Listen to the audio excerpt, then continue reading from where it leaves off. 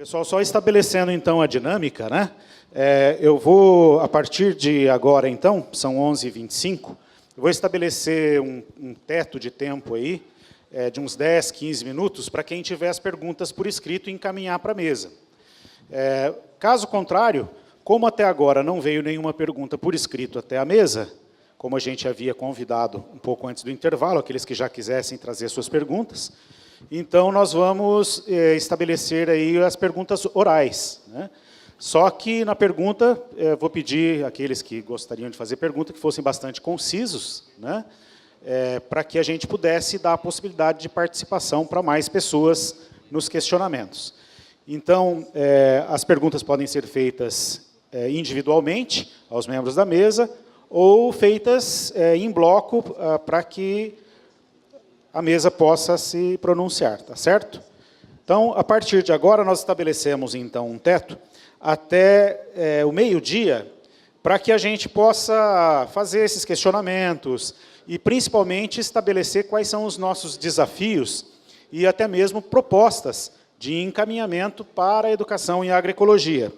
Após o meio-dia, vamos ainda ter aí uns 20 minutos, para que a gente possa ter a apresentação de uma síntese.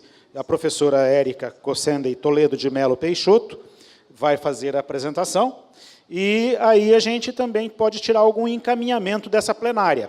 O objetivo é que, como eu falei no começo, a gente tenha alguma diretriz, algum encaminhamento para a educação, ensino em agroecologia, a partir desse evento. Então, a partir de agora, está aberto para questionamentos. Tem uma auxiliar nossa, que é a Bruna, que vai ficar com o microfone, então, e fica à disposição o microfone para seus questionamentos ou mesmo propostas. Bom dia de novo a todos. Como o professor Ginaldo relatou o alemão que faleceu, eu vou repetir uma frase em alemão. Nur die toten Fische flogen die Strömen. Ou seja, isso significa, somente os peixes vivos, os peixes mortos, seguem a corrente. E aí, ouvindo tudo isso, e já estou nessa luta há mais ou menos uns 32 anos, eu percebo que a gente tem muita similaridade na época, lá nos anos 80, quando nós começamos, né? Alguns instrumentos mudaram, algumas instituições fizeram um upgrade aí nas suas ações. O número de pessoas interessadas nesse processo aumentou bastante, mas, no fundo, a gente ainda continua vivendo aquela problemática dos anos 80, né? Cada vez mais essa pressão, como foi relatado praticamente por todos, essa dificuldade de a gente avançar no movimento, o desinteresse, de uma forma geral, das pessoas, da sociedade, né? A gente, como diz o representante do Ministério Público, a gente sempre fala as mesmas coisas para os mesmos, né? De vez em quando aparece um diferente para ouvir o que a gente tem a dizer. E os nossos passos, assim, às vezes a gente dá um para frente e 5 para trás, mas eu acho que falta uma certa repensar a nossa própria forma de ação, né? Assim, a gente está dentro de uma universidade, né, onde, assim, cadê os alunos da UEM? Né? Onde é que está esse povo? Né, todas as áreas da universidade deviam estar aqui, né, e, no entanto, a gente percebe vazio. E isso aconteceu também na Federal do Paraná, quando teve o primeiro, né? Sim, precisamos repensar de como fazer com que as pessoas se interessem por esse debate, porque elas também comem, né? E como deu uma frase aí bem já batida, que você precisa de um médico, às vezes, na vida, um advogado uma vez na vida, mas de um agricultor, no mínimo, 3 vezes por dia, né? Então, como é que a gente faz, como é que a gente repensa esse movimento todo para trazer mais pessoas para fazer essa discussão, né? Conclua. Parece bastante óbvio, né? Mas a gente tem feito poucos esforços para trazer outras pessoas aqui. A mesa gostaria de fazer um comentário. Então, está aberto para outros questionamentos. Boa tarde com a mesa. Eu queria perguntar, os planos de negócio. Eu estudei aqui na universidade nos anos 93, me graduei e fui trabalhar ao Peru, né, como peruano que sou. E eu trabalhei em comunidades indígenas e eu me di com a surpresa. Tem que fazer plano de negócio para eles poderem vender seu cacau, seu café. E aí, vocês sabem que cacau, café é um commodity, né? Se vende, é como dizer dinheiro. Então, eu me entravei nisso e tinha que trabalhar com pequenos produtores. Então, eu tinha que saber planos de negócio com pequenos produtores. Agora, por quê? Porque quando você vai fazer um convênio com a Europa, não? Para vender um café justo, sostenible, não? Para um determinado mercado ou para um restaurante, eles te pedem traçabilidade. De onde que vem esse produto? Que semente sembrou, como foi todo o processo. E para chegar a esse mercado, você tem que fazer um plano de negócio. Mesmo no processo agroecológico, né? Então, eu penso, como estão vendo no curso os planos de negócio, no caso de agroecologia, que tem que ver aqui na sala, não? Obrigado. Acho que a questão posta foi como que os cursos de agroecologia veem a questão da formação para esse planejamento de negócios e tudo mais, inclusive visando a exportação, é isso, né? Bom, eu acho que vou responder genericamente, né? O curso nosso de agronomia e outros cursos, como o curso de economia também, eles têm disciplinas específicas que trabalham isso, né? Então, é dentro da disciplina na graduação que acaba trabalhando isso. Embora, no caso da agronomia, isso não seja um enfoque. Agora, no curso de economia, que tem uma ênfase na gestão de agroindústria e no cooperativismo, sim, eles têm essa formação nas disciplinas. Só queria acrescentar um comentário. Nós vivemos uma situação, na verdade, nesse caso também, invertida, né? É como a dialética de Hegel, né? Os pés estão no céu e a cabeça está na terra. Porque, por exemplo, nos nossos cursos, a gente tem disciplinas para que os nossos educandos se apropriem de conhecimentos na área do cooperativismo e da cooperação, das agroindústrias, da certificação. E por isso que eu digo que é uma coisa invertida, porque se a legislação brasileira que foi estabelecida, né, para reconhecer esse saber ancestral e esse encontro desse saber com os conhecimentos sistemáticos da academia que conforma a agroecologia, e dizer que tal alimento é ou não agroecológico, quer dizer, é uma imposição de um padrão de sociedade sobre o campesinato. Porque, na verdade, a certificação ela tinha que estar posta no produto com agrotóxico, com fármacos sintéticos, contaminantes. Ela tinha que ser invertida. E nós somos obrigados a construir e pagar caro por isso, seja na forma de serviço, de trabalho nosso, nos sistemas participativos, ou seja, na forma de contratar uma empresa certificadora. Quer dizer, a gente apanha de todo lado, porque há uma ordem burguesa que controla a sociedade e o acesso ao mercado passa por essas regulações, né?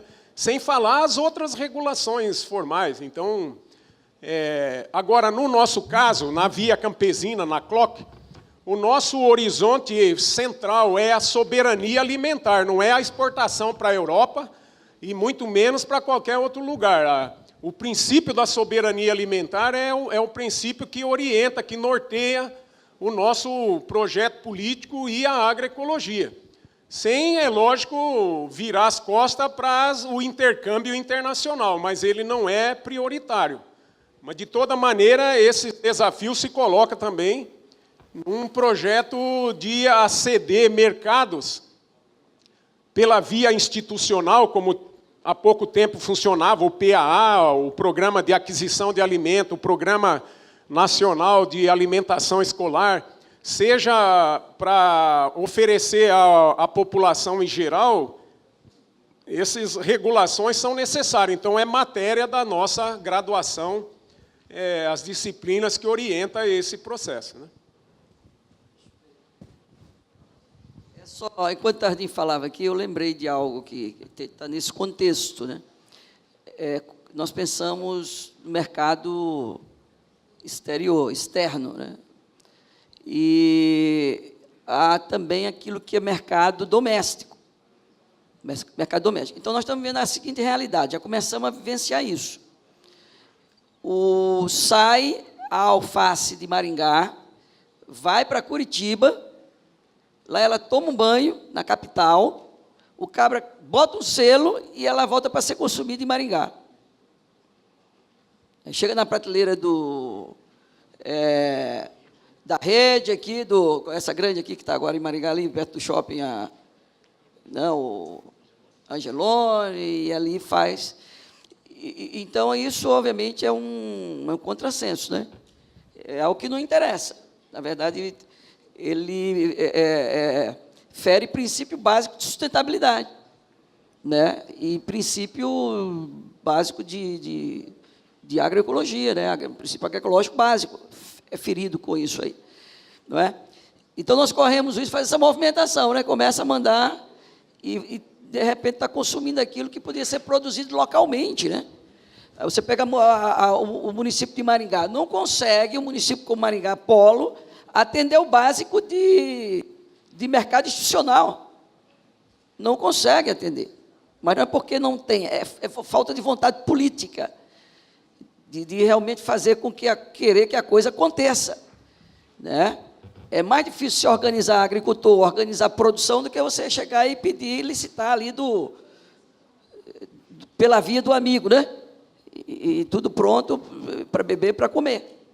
Então, isso não é tarefa fácil. Organizar o pequeno, permitir que agora as demandas sejam atendidas, isso é um desafio, não é? Então, reforçando essa tese, quer dizer, o compromisso é com a produção local, regional, produção de alimentos, articular o pequeno, organizar essa produção para atender mercados que sejam mais ali próximos e domésticos. Bom, sou Vanderlei. Vou fazer uma pergunta para a mesa de uma maneira geral. O homem é um ser do trabalho, ele nasce no trabalho.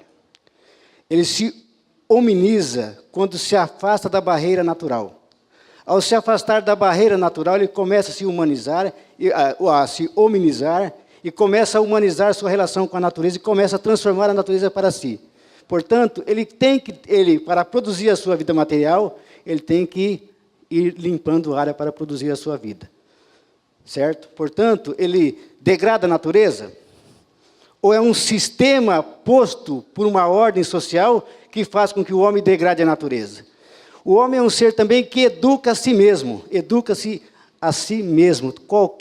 Em qualquer sociedade, o homem se reproduz e, ao se reproduzir, cria uma forma de educação para si, inclusive a agroecológica. Se não houvesse no Sudoeste a ocupação e a conquista da terra, haveria processo agroecológico do Sudoeste? Então, o processo de reprodução que se dá é nesse... Então, eu gostaria que você fizesse um comentário com relação a essas questões. O homem é um ser do trabalho e, portanto, se reproduz e, ao se reproduzir, reproduz as suas relações. Então, o homem degrada o meio ambiente ou é uma posição posta por um sistema que faz com que haja uma produção cada vez mais degradante? É isso. Obrigado pela pergunta. A cultura que prevalece, ela é fator determinante para as ações que o homem executa. Então, existe uma cultura, por exemplo, quando eu era estudante do 2º grau, na época chamava curso científico, a cultura era todo mundo fumar. Todo mundo fumava em sala de aula, o professor fumava, a paquera era trocar a piola, dá um trago aí, então a paquera começava com aquilo ali. E essa cultura, felizmente, caiu, porque o homem descobriu que, em vez de ir ao sucesso com Hollywood, era ao caixão mais cedo com Hollywood.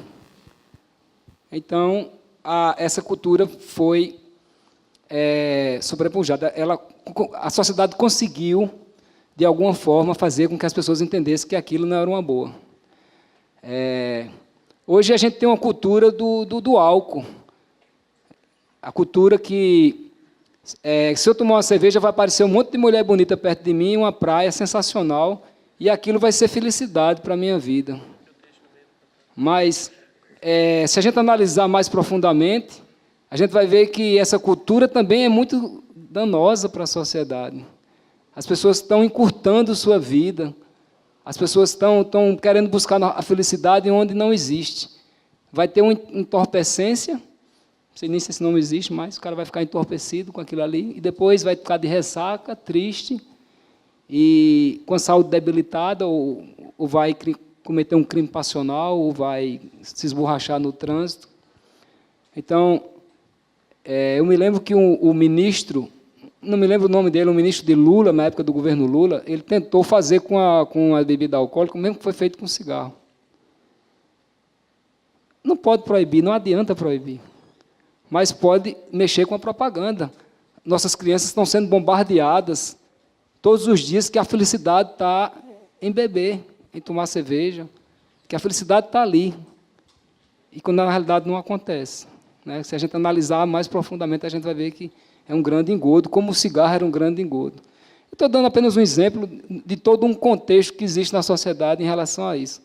Então, a agroecologia, ela tem que defender a cultura até certo ponto. No momento que a cultura for de encontro à vida, no momento que a cultura for de encontro à ética, a gente tem que ser contra a cultura. A gente tem que relembrar aí o movimento da década de 60, onde abaixa o sistema, né? 60, 70, né? Que a gente formou aquele movimento de contracultura. Então, nesse ponto, a agroecologia, ela tem que, dentro das dimensões da agroecologia, ela tem que priorizar a ética e a vida. A cultura, ela tem que estar alinhada com a ética e com a vida. Senão, a gente deve ser, na minha opinião, contra a cultura. Uma breve abordagem, essa questão ela contribui muito com o que eu trazia, né?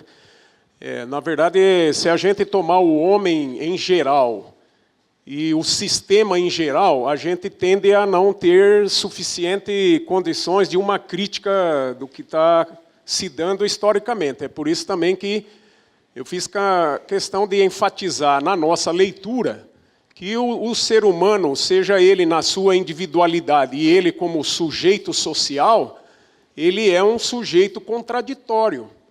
Então, por isso que eu também brevemente apresentei ali algumas referências dos distintos modos de produção, onde neles, hegemonicamente, nós temos estabelecido relações sociais agressivas, violentas entre nós, né, na forma de sistema, e de depredação da natureza, também na forma de sistema. Então, é importante, na nossa leitura, por isso que na nossa leitura não está posto a possibilidade da humanização do capital, tampouco a ecologização do capital. A sociedade capitalista, como sistema, não tem condições de resolver um passo a mais na humanização e na hominização da sociedade.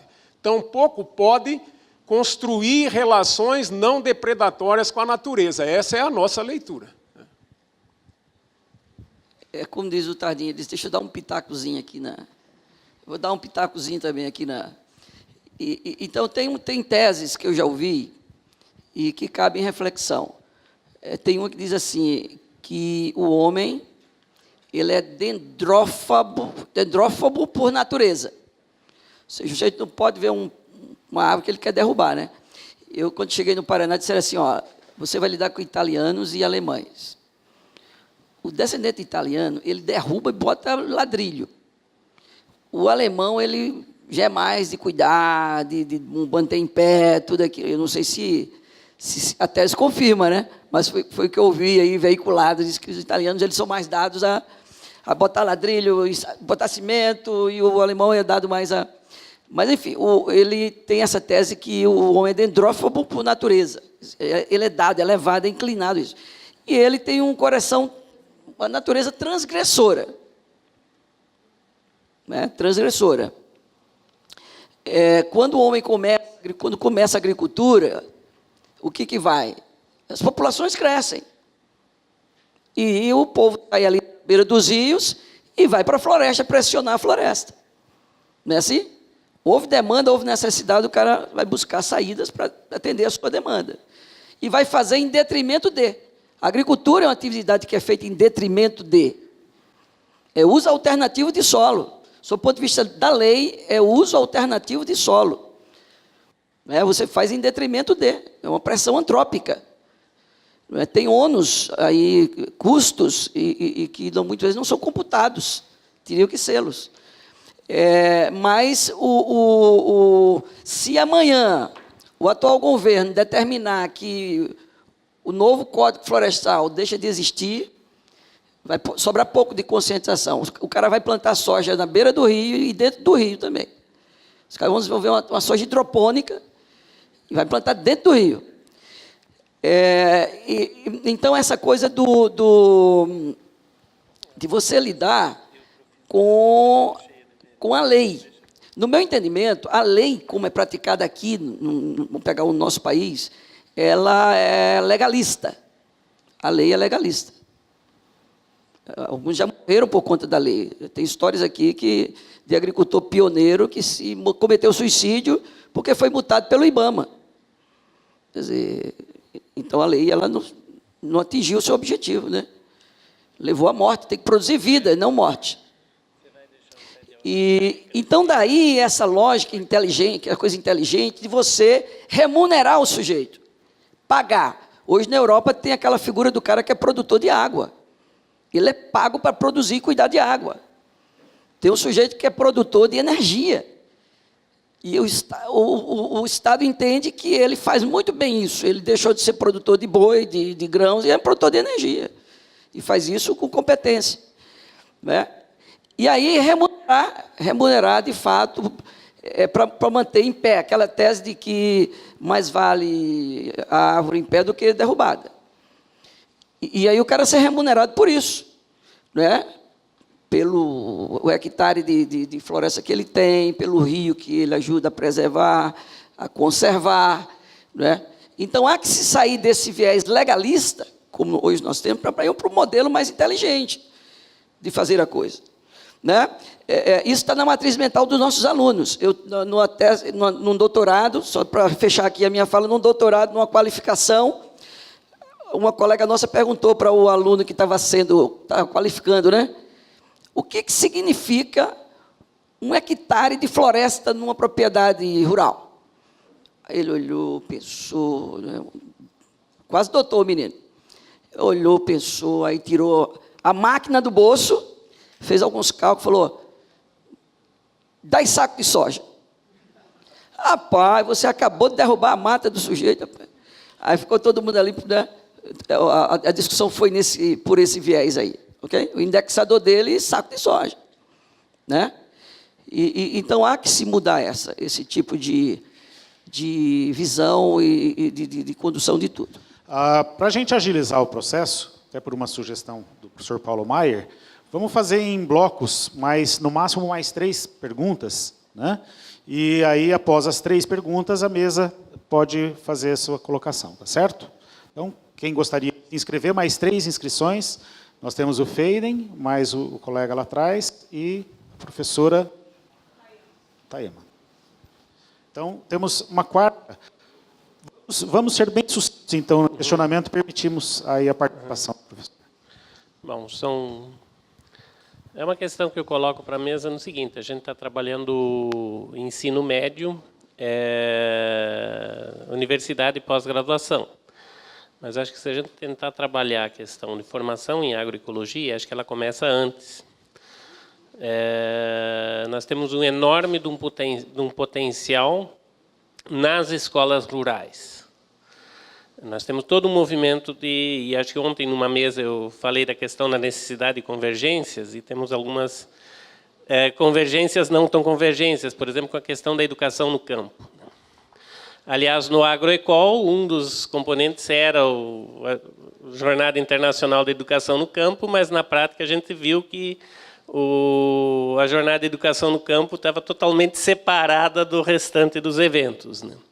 Então, é um espaço que a gente precisa aprofundar um pouquinho mais o diálogo e a formação nas educações no campo. Nós temos experiências extremamente interessantes de educação agroecológica a nível de escolas do campo. E acho que elas precisam ser resgatadas e fazer parte dessa discussão. Numa outra questão, um comentário para o professor José Francisco, né? Francisco José. Na verdade, eu trabalho numa realidade que é um semiárido superúmido, né? Eu tenho 1.200 milímetros de chuva por ano concentrados em 3 meses, né? E tenho 9 meses de seca e também com água salobra, né? Então, a questão do dessalinizador aí me interessou bastante, depois vou entrar em contato, né? Mas, por outro lado, a 10 quilômetros de distância, eu tenho problema de água, né? Onde as áreas são alagadas pelas enchentes que variam de ano para ano, né? A altitude, então, a convivência de outras comunidades ela está totalmente ameaçada com relação à questão do excesso de água. Então, a gente precisa trabalhar dos dois lados, convivência com a seca e convivência com a água. Então, depois eu queria trocar um pouquinho de intercâmbio. Bom dia a todos, meu nome é Tayama, sou agroecóloga, também tenho especialização em agroecologia. Gostaria de agradecer ao professor Zinaldo pela oportunidade de estar aqui, e a todos também. Bem, dentro da sua fala, professor, eu fiquei, assim, na verdade, eu já estava pensando, correlacionando essa questão de como que poderíamos estar colocando na grade curricular dos cursos superiores ou em pós-graduação sobre essa questão de prestação dos serviços agroecossistêmicos. Ou seja, a natureza ela presta serviços ambientais. E tem como se estar contabilizando, né, esses serviços. Então, é somente nessa questão assim, que acho que é um grande desafio e já é, na verdade, realizado por especialistas na área, né? Então, acho que o agroecólogo ele poderia estar tendo uma cadeira, um componente curricular ou algumas disciplinas que levem a essa funcionalidade também, esse entendimento, né? E a outra questão é para o professor aqui de Fronteira do Sul, que não sei se é uma questão ou se é uma complementação, uma observação, mas assim, a Reserva da Biosfera da Mata Atlântica, a Reserva da Biosfera, é uma instituição que tem parceria internacional com a Unesco, né? E eu tenho conhecidos lá, porque eu, na verdade, eu sou da Paraíba, porque minha mãe é da Paraíba, mas eu sou nascida e criada em São Paulo, e meu pai é de São Paulo. E, então, eu fui monitora ambiental no PETAR, que é o Parque Estadual Turístico do Alto Ribeira, né? E é onde eu conheci o Cleiton Veralino, que é o presidente da Reserva da Biosfera da Mata Atlântica, cuja qual agora lá em São Paulo está tendo um evento onde eles estão comemorando 25 anos dessa parceria com a Unesco. Aí, quando o senhor falou, o professor, doutor, falou da Universidade de Laranjeiras do Sul, é isso? Me desculpe, porque eu sou ruim com nomes. Aí eu fiquei pensando, eles têm assim também, seria interessante fazer um pensamento, uma reflexão sobre possibilidade de parceria com as universidades, com os NES, que são os Núcleos de Extensão Rural Agroecológicos, né, do Brasil inteiro, mas porque eles têm assim programas direcionados para essa questão de transfronteiriço, né, para estar se conservando a natureza. Conclua. Então, acho que tudo isso está correlacionado. A pergunta para o senhor é se o senhor teria interesse em estar se articulando com essas pessoas. E muito obrigada pela participação. Bom dia. A minha pergunta vai para o professor Francisco. Professor, eu achei sensacional quando o professor falou sobre o projeto de dessalinização e sobre o projeto de redução de evaporação. Será que o professor poderia comentar um pouco mais sobre ele?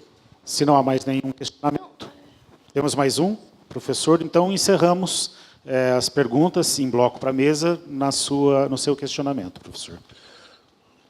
Na verdade, eu não estou querendo fazer um questionamento, apenas aproveitar a oportunidade para agradecer ao professor Rosinaldo pelo convite que ele fez e pela iniciativa de colocar, talvez pela primeira vez, uma oficina de filosofia dentro da agroecologia. Tivemos 2 estudantes de filosofia e mais um que participou, pouca gente, mas o que eu vi aqui hoje é pura filosofia. A gente tem a impressão, quando eu falo em filosofia, a gente se lembra daquelas aulas chatas, porque há professores que têm o beijo da morte. Tudo que eles tocam vira frio, morto. E a filosofia foi vítima, digamos, desse tipo de pedagogia, né, que Paulo Freire tão bem soube contestar. Mas, falando em Paulo Freire, falando em pedagogia e falando em filosofia, eu gostaria só de fazer uma observação. Observando hoje que a guinada está se voltando tudo para a direita, é trunfo, nos Estados Unidos, na França, parece que nós, que militamos na área esquerda, estamos perdendo o terreno.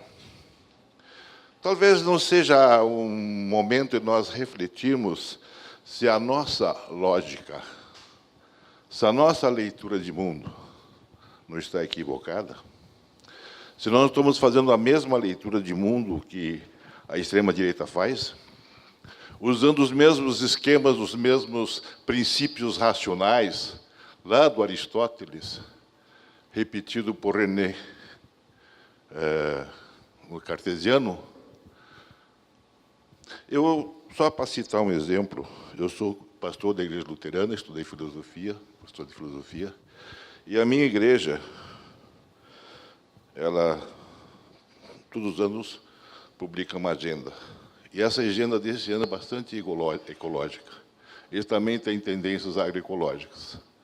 Mas eu vejo aqui, e surpreendeu aqui, o seguinte: buscai o bem e não o mal. É o pensamento bifurcado. Bem e mal, verdadeiro ou falso. Na física clássica, mecânica, isso funciona. Mas na física atômica, física nuclear, não funciona. Na física quântica, muito menos. Não existe bem e mal. Não existe verdadeiro e falso. Enquanto nós estivermos pensando unicamente na lógica do confronto, nós estaremos sempre perdendo.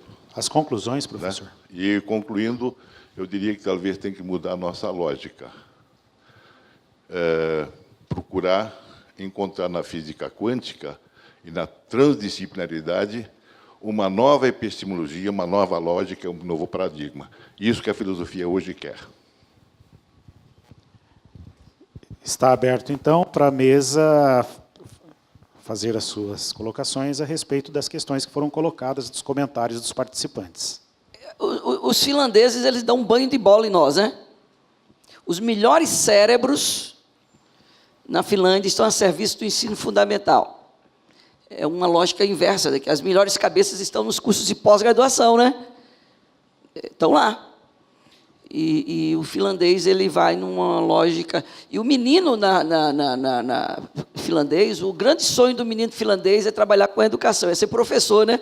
Eu sou professor e a minha filha, quando pega o quadro verde, eu falo, Deus, que ela... Será que o senhor tem esse desejo para a vida dela, para ela ser professora? Eu já fico ali meio, né, pensativo se seria uma boa opção. Será que não vai seguir os passos do pai? Então, a gente fica projetando coisas. Mas o finlandês ele dá um banho, uma das melhores educações do planeta, né? Investimento pesado, importante no ensino fundamental infantil, desde cedo, né? É assim que se constrói.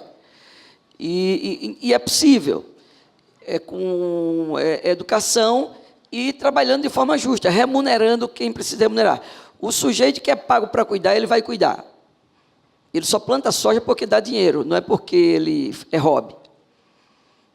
Né? Não conheço ninguém que faça milho, planta milho, soja, só porque ele tem hobby. Ele quer ganhar dinheiro. Então, se o sujeito é remunerado, ele fala, olha, é o corresponsável, ao invés de plantar soja, o americano faz isso, não fala? Ele paga para o cara não plantar. Né? Não tem essa onda aí? Ele paga para o cara não plantar, para manter, regular mercado, para não sei o quê. Paga para o cara não plantar. Cara. Por que é que nós não podemos pagar para o cara cuidar? Então, essa lógica. E outra coisa, educação. As minhas pequenas, hoje, elas já entram na internet e olham no SIC do produto e falam assim, olha, não tá, e liga para o SIC. Eu quero saber se tem resíduo de transgênico, porque não está claro. Né? E o tezinho identifica os tezinhos, até nos chicletes elas identificam. E vai na internet, faz PowerPoint sobre o tema, e elas estão linkadas. Né? Então, é uma geração aí que precisa, é esse investimento que precisa, que começa em casa, né? Na verdade, começa em casa, não é na escola, é em casa, papai e mamãe. Papai e mamãe fazendo esse exercício aí diferenciado. E a escola completa e a coisa começa de fato, a mudar. Só para... Eu lembrei aqui de um negócio interessante, que foi da pergunta anterior. O que é a movimentação, né? Para nós, avançar na direção da floresta no Brasil hoje é heresia, né? Está vencido para nós, não está? Escuta só o que eu vi de um cara do agronegócio no Brasil, uma autoridade. O cara, ele falou assim... Rádio de inserção importante aí. Falou, olha, para o Brasil manter-se na vanguarda como grande produtor de commodities, nós teremos duas opções. Olha o cara falou. Ou entrar nas áreas de pastagens degradadas, ou suprimir a floresta. Ouvi isso do cara. Eu levei um susto, cara. Tudo bem, pastagens degradadas, milhões de hectares aí, né? E ele incluía uma possibilidade do sacrifício da floresta. Tá? Então, está em pauta isso ainda, né? Meio velado, mas está em pauta.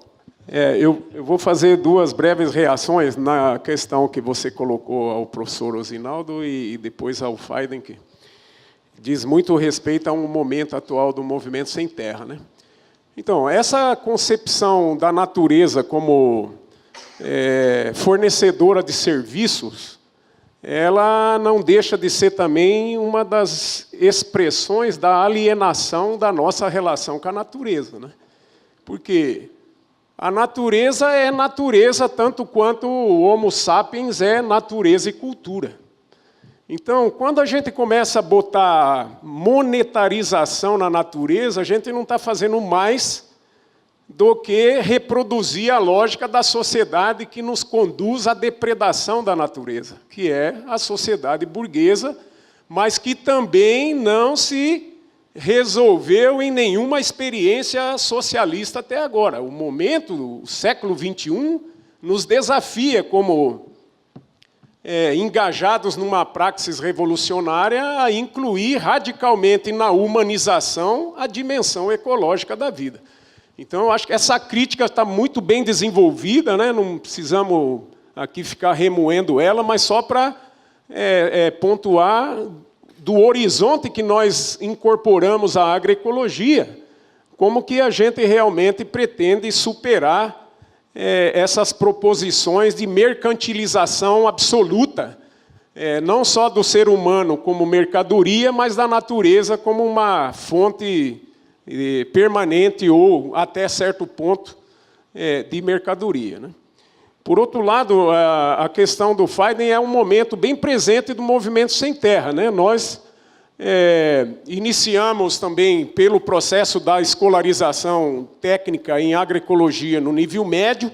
Hoje nós já temos sem terras doutores em agroecologia, então, num lapso de 14 anos, a gente sai de um movimento social que reproduziu nos assentamentos de forma alienada o agronegócio, faz, por esforço interior e das suas relações na sociedade, a crítica da sua experiência e inaugura uma fase posterior ao ano 2000 de incorporar a agroecologia no seu projeto político, né? Ela se torna, no 4º Congresso do Movimento Sem Terra, em 2000, uma diretriz política nacional.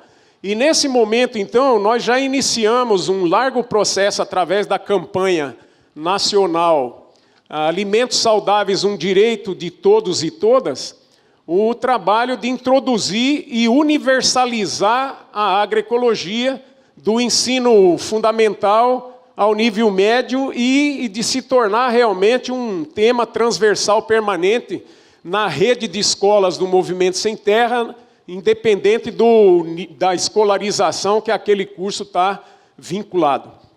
A experiência mais avançada até agora é no extremo sul da Bahia, mas ela já pipoca em várias regiões do Brasil, em experiências locais, em escolas de assentamento, às vezes escolas rurais, de comunidades que nós temos relações, mas no sul da Bahia nós já conseguimos aprovar um projeto piloto com duas prefeituras que adotou, sob a nossa orientação, a introdução da agroecologia na rede municipal desses 2 municípios. Então, é a maior escala que nós iniciamos esse processo esse ano, 2016, mas que já é o horizonte nosso de médio prazo, universalizar a agroecologia como um aprendizado permanente, desde os nossos cursos da área mais humana de formação política aos cursos de ensino fundamental e todos os demais. É um grande desafio do MST,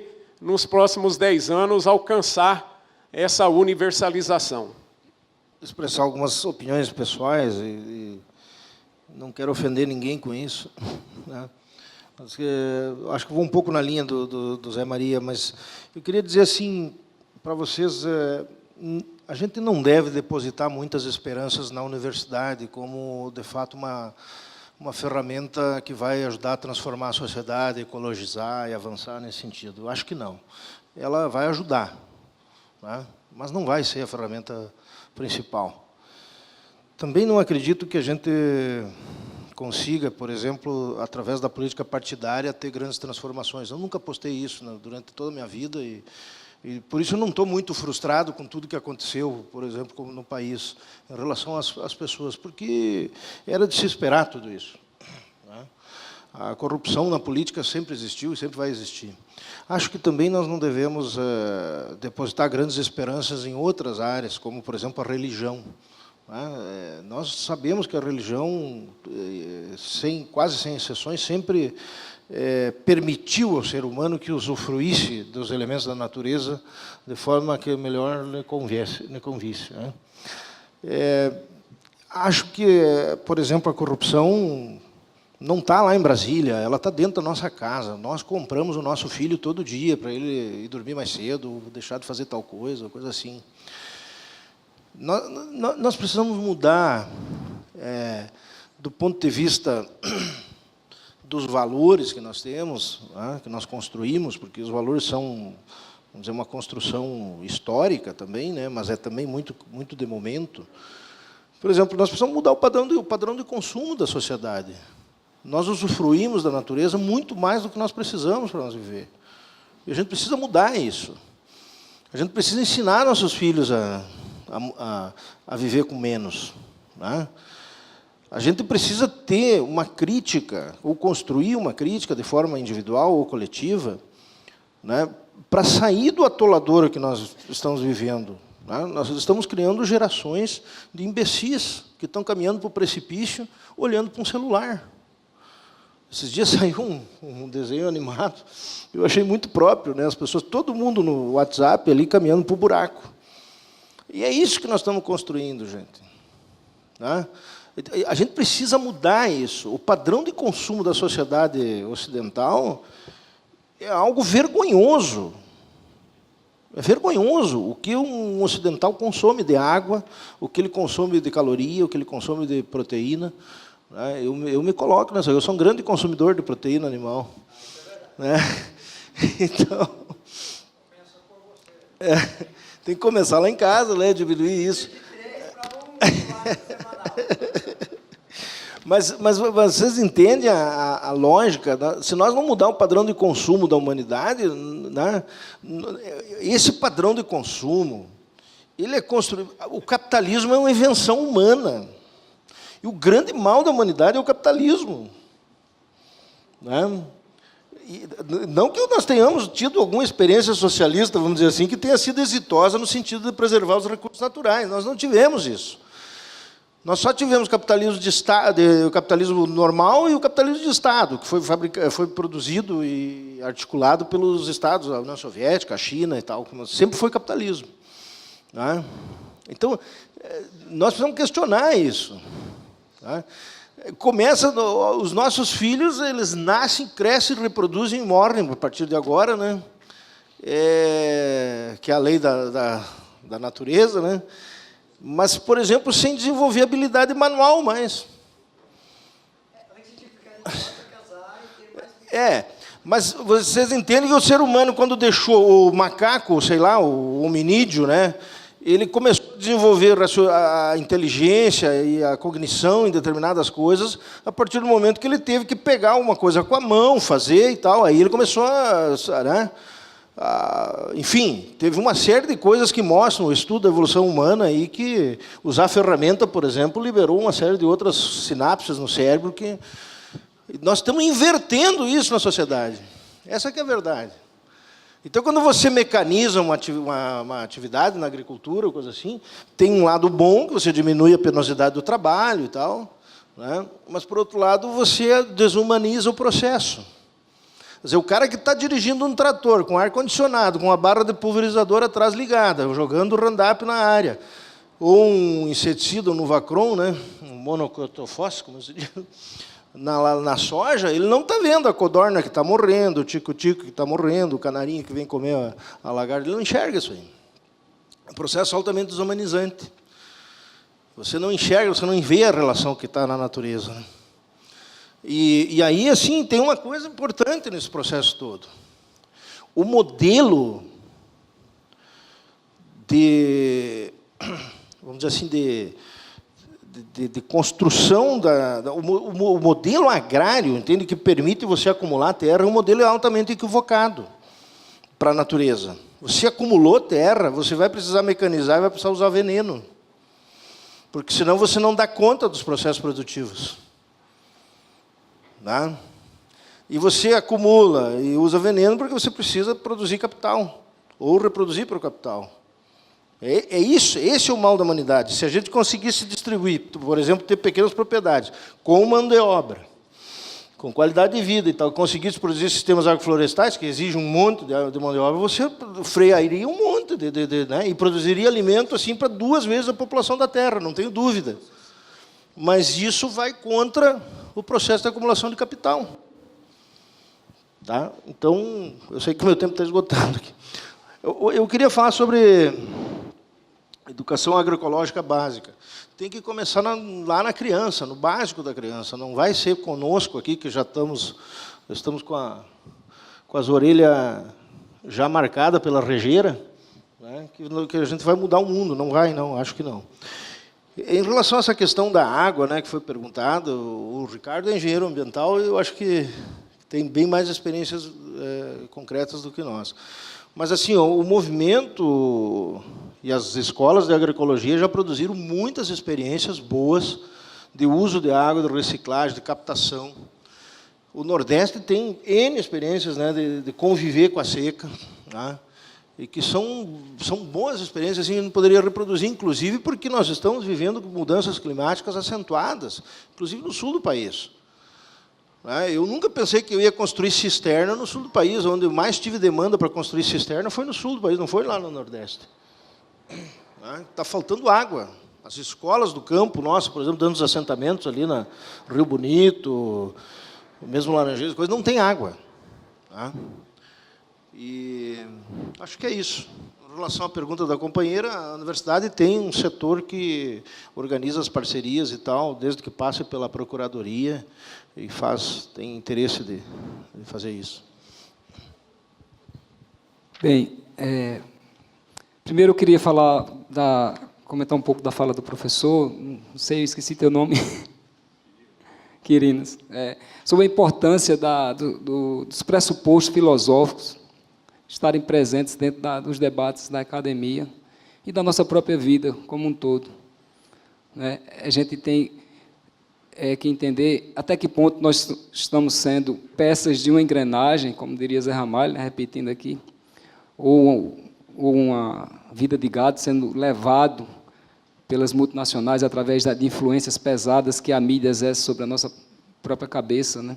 Diz que quando você está à frente de uma televisão, você entra em alfa e tudo vai para o subconsciente e você acaba sendo arrastado.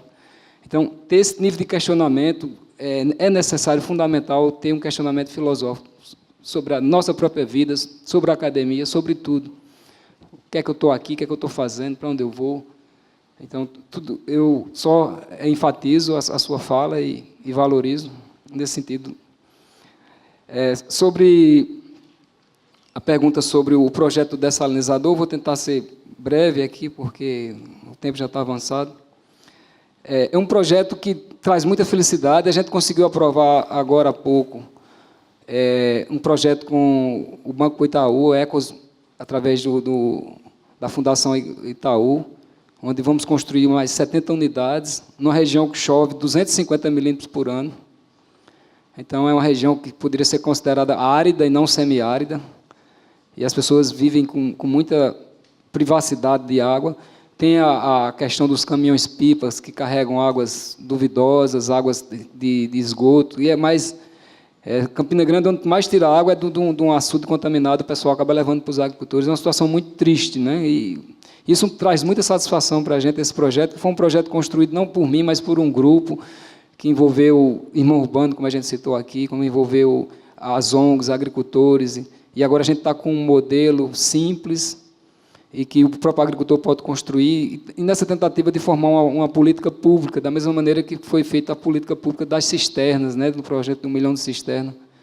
Então, é um projeto que traz muita satisfação e depois a gente quem quer, pode conversar mais sobre os detalhes técnicos depois.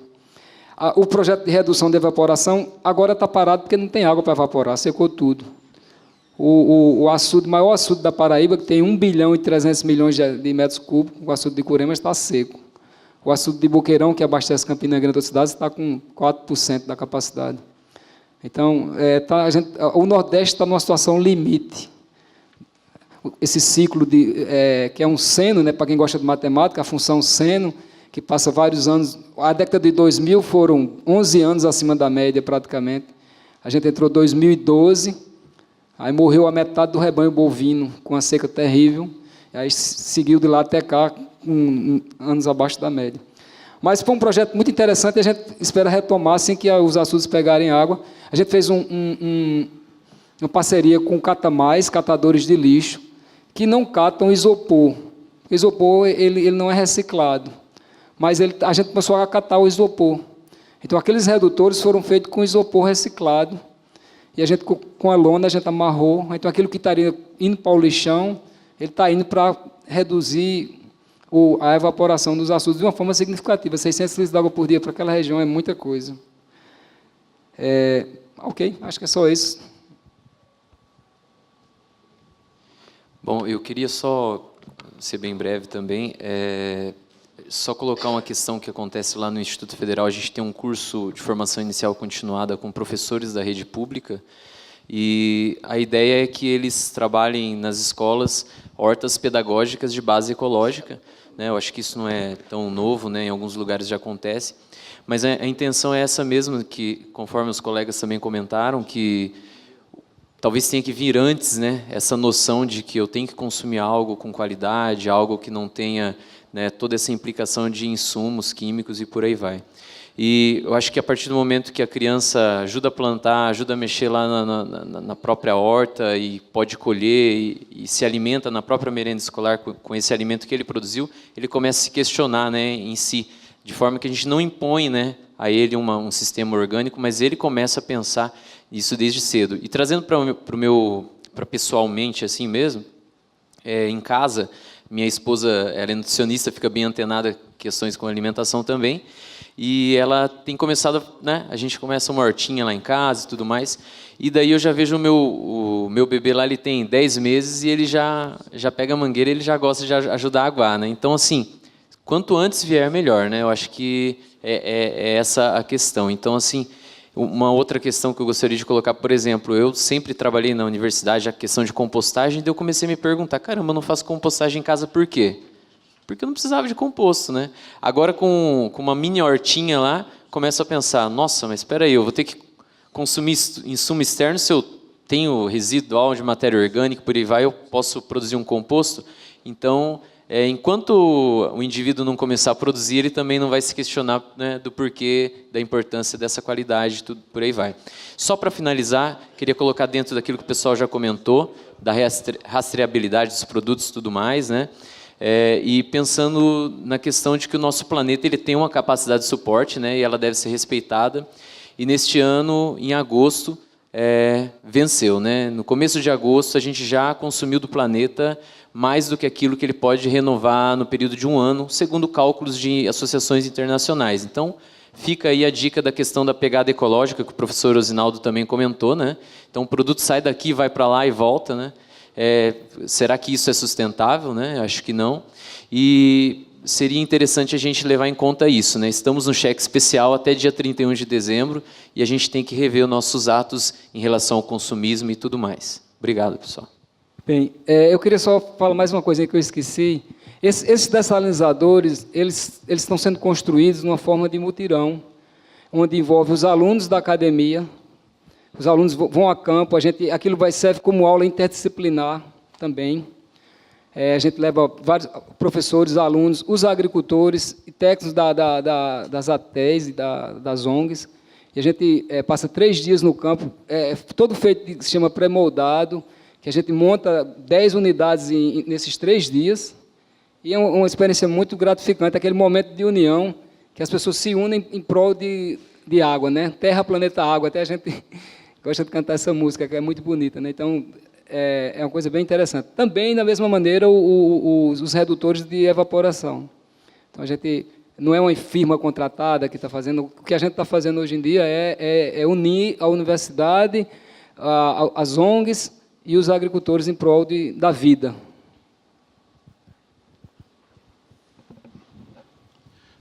Pessoal, então, as últimas considerações, né? Até queria pedir uma parte aqui, à mesa, que a gente apresentou até junto lá na feira, os pôsteres lá em Dourados, né? E eu apresentei um pôster sobre o questionamento do curso tecnólogo em agroecologia, né? Da validade de se encaixar um profissional que tem que ter uma visão ampla dentro de um formato de um curso tecnológico que foi criado historicamente no Brasil para ser uma especialidade dentro da engenharia. E você daí ter o desafio de criar um currículo e formar um profissional de visão ampla dentro desse quadradinho, né? Eu comentava aqui com o professor essa situação. Então, que na realidade nós comentamos as várias modalidades, mas o tecnólogo, uma meia-culpa aqui, ficou a parte dessa discussão. Mas, pois e essa mocreia eu atribuo, né, a imagem daquele grilhão preso, né, no pé de um profissional, e nesse caso, o CREA, eu penso, né, uma crítica bem pessoal, como também engenheiro, né, que o CREA ele percebeu o quanto a agroecologia está crescendo, e, de alguma forma, nós quisemos nos encaixar, né, dentro daquele quadradinho que é o CREA, mas nós somos circulares, né? A nossa visão é circular, nosso mundo é circular. Nosso mundo não é quadrado. Mas hoje nós estamos buscando espaço, até em função do perfil profissional, que nós, que da academia ou dos cursos profissionalizantes, a gente tem que pensar, e até legalmente nós estamos presos a isso, nós temos que definir um perfil profissional, um perfil, entre aspas, para o mercado de trabalho, e não apenas para o mundo do trabalho, né? Então, nós temos vários grilhões dos quais a gente precisa repensar o que está acontecendo. Então, eu vejo até que um dos encaminhamentos que tinha sido pedido pelo professor Osinaldo, enquanto coordenador do evento, e em seguida já passo a palavra também para as suas considerações finais, como coordenador geral. Na realidade, a gente pretendia tirar dessa plenária uma síntese que a professora Érica gentilmente vai preparar para que na sexta-feira a gente apresente a síntese desse evento no momento, após o almoço, que vai ser discutida a construção do conhecimento agroecológico e também o desafio da pesquisa em agroecologia. E aproveitar esse momento, então, para se fazer uma síntese do que foi hoje debatido aqui, que contribui para essa construção. E também pretendíamos tirar alguns encaminhamentos, mas comentava com o professor Osinaldo que me parece que nós ainda não temos a maturidade suficiente para dar encaminhamentos, porque a gente ainda está entendendo esse panorama, né, em que se insere a educação e o ensino em agroecologia, né, que é obrigado a se enquadrar legalmente dentro dos quadradinhos legais, né, e do problema da academia e tudo isso que foi posto pela mesa, mas que, na verdade, não é coerente com a proposta, né, com o paradigma da agroecologia. Então, acredito que nós ainda vamos ter que amadurecer. E daí fica a proposta, então, de criarmos um grupo, né, ou, de alguma forma, não sei, um WhatsApp, o professor Osinaldo até propôs, mas eu queria pedir, então, que aqueles que têm interesse de continuar essa discussão em torno da educação, do ensino, né, da construção do conhecimento em agroecologia, especialmente através das experiências formais ou das experiências de construção a partir dos movimentos sociais, que pudessem trazer aqui para nós e deixar o seu contato, que a gente pudesse, então, fazer esse bate-bola. Por quê? Daqui a algum tempo, nós temos que aprofundar essa discussão, aprofundar esse debate. Até porque a sociedade hoje, com raras exceções, não participa da construção dos projetos político-pedagógicos, dos projetos pedagógicos de curso regular das universidades, dos institutos federais, das escolas familiares. Se a sociedade não participa, que demanda nós estamos trazendo, né? É a visão nossa do que é necessário para a sociedade ou é a sociedade construindo? Então, talvez esse debate tenha que ser trazido a posteriori, né, num outro momento, e por isso eu convido aqueles que querem continuar essa discussão que deixem seu contato conosco. Nesse momento, então, a guisa já de encerramento, né, eu vou passar a palavra para o professor Osinaldo, como coordenador geral do evento, para que faça suas considerações finais, e aí também agradeço todos os membros da mesa que vieram, alguns mais de perto, outros mais de longe, né, alguns acho que nem deu tempo de ir para casa ainda, né, mas efetivamente agradeço muito a participação de todos, e após a fala do professor Osinaldo, então, fica encerrado esse evento. Está encerrando, todo mundo quase se levantou. Está na hora. Mas nós queremos agradecer a todos que perseveraram até aí. Vocês têm visto na pele essa dificuldade na seleção de pessoal. Você seleciona alguém para um curso que para lidar com agroecologia e, de repente, você seleciona alguém que não tem interesse nessa discussão. Não é? Vocês passaram por isso aí quantas vezes, né? Então, não é um desafio. Ia também aí tinha interesse de ouvir do Chico, depois eu vou fazer ele pessoalmente, como é que está o namoro do bacharelado com o CREA, né? Lá pela Paraíba, entendeu? E essa é uma discussão também, eles estão lidando com isso, né? Faz tempo que vocês estão nesse embate. O projeto já foi aprovado no CREA da Paraíba e está no CONFEA agora, está no CONFEA. Reconhecendo o profissional agroecólogo. Isso, reconhecendo. E o pessoal do Rio Pombas já está emitindo já o registro, já, em Minas Gerais, lá, a Universidade de Rio Pombas, o IFET. Então, um caminho árduo aí, né? Uma picada que foi aberta. Então, ok. nós precisamos continuar filosofando, querido. E eu tenho falado aqui para os meus alunos, né, e colegas, nós que somos de ciências agrárias, vamos pegar o povo de ciências agrárias, né, acha que agricultor não tem alma. Eles acham que não tem alma. Eu falo para os alunos de ecofisiologia, se eles entenderem e tiverem clareza que planta é ser vivo, já ganhei o semestre. O cara às vezes acha que planta não é ser vivo, ele acha que não há estresse, não é ser vivo. Então, nós precisamos caminhar. Nós temos criamos a oficina de filosofia, nós tivemos um debate interessante com a roda de mulheres da agricultura familiar, tratando da psique, né, qualidade de vida, o subjetivo, né, e uma oficina muito exitosa, Márcio, que foi lá no Maringa Park, no Shopping Center. Nutrição, alimentação e nutrição saudáveis de A a Z para crianças. E estava assim de crianças, foi bem legal, né? Então, são espaços que nós vamos ter que ir ocupando. A todos, então, um bom almoço. À tarde, não esquecer, temos o debate de ATER, não é? Relatos de experiências de ATER, à tarde. Ok? Então, bom almoço para todos. Oi?